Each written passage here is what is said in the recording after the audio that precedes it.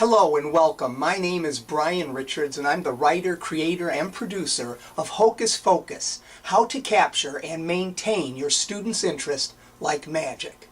First, I'd like to take a moment to say thank you for purchasing this resource. I hope you enjoy it. And this video resource hopefully will aid you in learning the techniques that are covered in the book.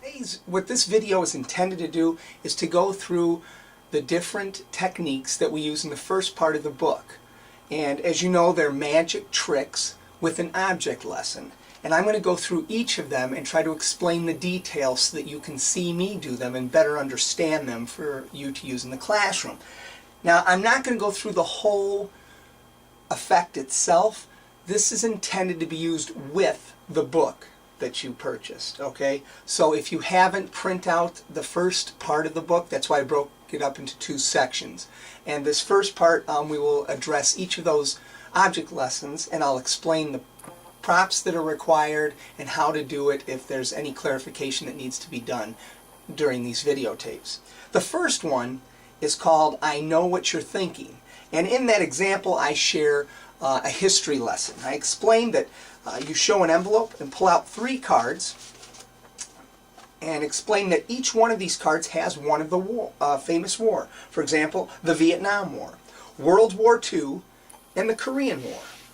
Now you state to your class, you get free choice. I want you to pick which one of these particular conflicts in American history do you want to talk about today? And they indicate their preference. So let's suppose they say World War II. You say, I knew you were going to pick World War II.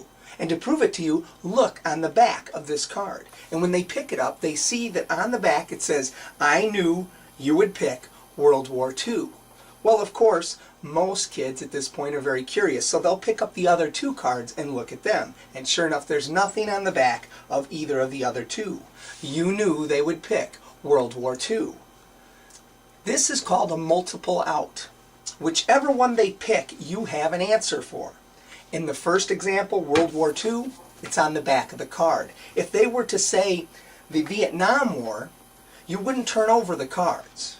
You would simply take the envelope, hand it to a child and say, read the note that's in the envelope. And inside the envelope, they would find a note that, of course, says, I knew you would pick the Vietnam War. Okay, so you're right. Okay. Once again. Now suppose they say, oh, you know what, I'm really interested in the Korean War. You need another out. Obviously you can't use the cards, you can't use the envelope. So I always have a textbook with a piece of paper that matches the color of the cards. And I say, really, you want the Korean War? Isn't that weird? Look what I wrote on this piece of paper. And they pull it out, and of course in here it says, I knew you would select the Korean War. So whichever one they pick, you're going to be right. Okay? So this is a wonderful, thought-provoking way to start a lesson. Obviously, if you're going to use this technique, you need to have a lesson plan for each of these subjects, because it depends on which one they pick. But it's a fun way to let them decide which one they want to talk about, and it shows that you know what they're thinking.